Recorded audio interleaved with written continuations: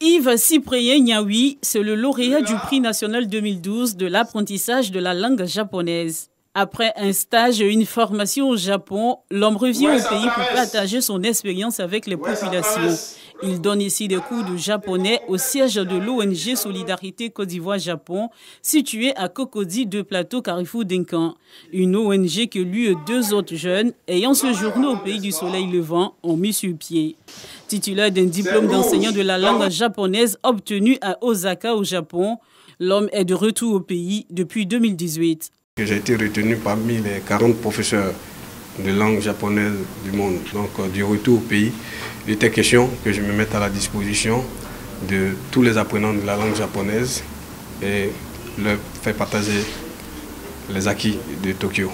Le cours du jour porte sur les idéogrammes, la base de l'écriture japonaise. Selon lui, il faudra au moins 150 heures de cours pour apprendre à parler aisément cette langue. C'est un cours d'écriture japonaise qu'on appelle le kanji. Et il faut comprendre que le kanji, c'est les idéogrammes d'origine chinoise. Le japonais n'avait pas d'identité en matière d'écriture.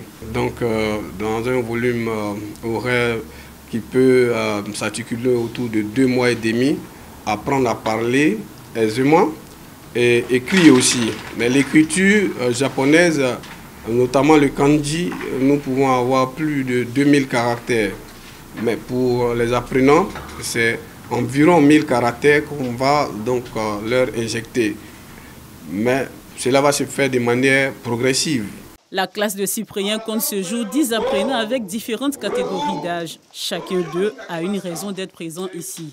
Aujourd'hui, c'est ma première séance, ma toute première séance. Et déjà, je suis impressionné de voir qu'ils sont vraiment ponctueux, ils sont précis et beaucoup ordonnés.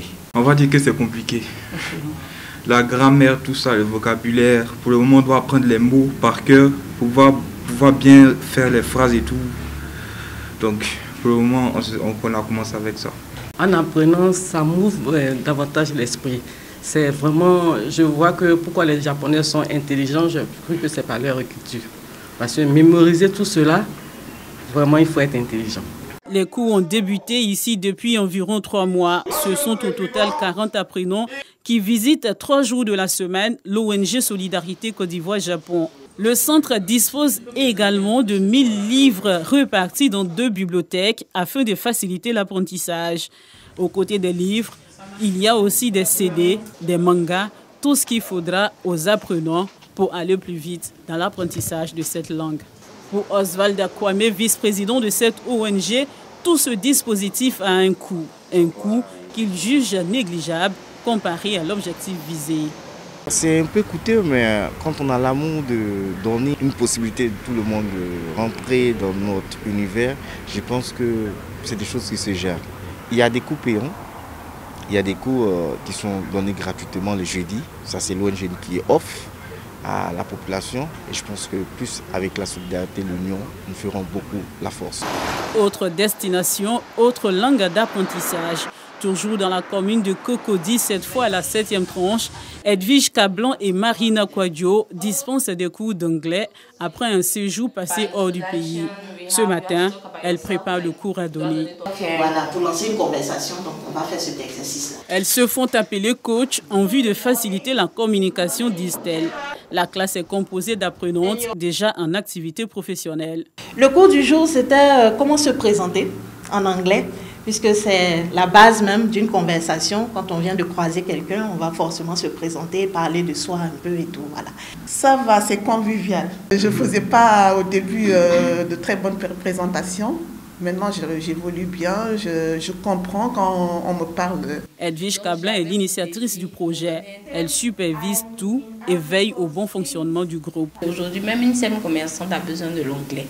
L'anglais dans le monde est la 2e langue la plus parlée et on ne peut rien faire aujourd'hui sans l'anglais. Tout se déroule bien On a cette joie-là de savoir que par nous, des personnes arrivent à progresser dans leur carrière professionnelle et même dans leurs affaires, par le simple fait de pouvoir s'exprimer en anglais. Ces jeunes dames s'auto-emploient ainsi et elles entendent contribuer au développement du pays à travers cette initiative. Ça m'a permis personnellement d'avoir des personnes autour de moi avec qui travailler, des personnes qui ont le profil adéquat et qui ont aussi cette compétence-là qu'ils mettent au service des autres. Et ça crée de l'emploi aussi à ces jeunes personnes qui ont ce potentiel-là. Dans une ambiance conviviale, Edwige et ses collaboratrices simplifient l'anglais pour permettre aux apprenants de mieux assimiler la langue. Elles envisagent à créer un centre de référence pour l'apprentissage de cette langue, l'anglais. Quand il fait jour à Abidjan, ces femmes et ces hommes se réveillent avec un seul objectif, c'est de permettre aux Ivoiriens d'avoir du répondant sur le marché de l'emploi à l'échelle internationale.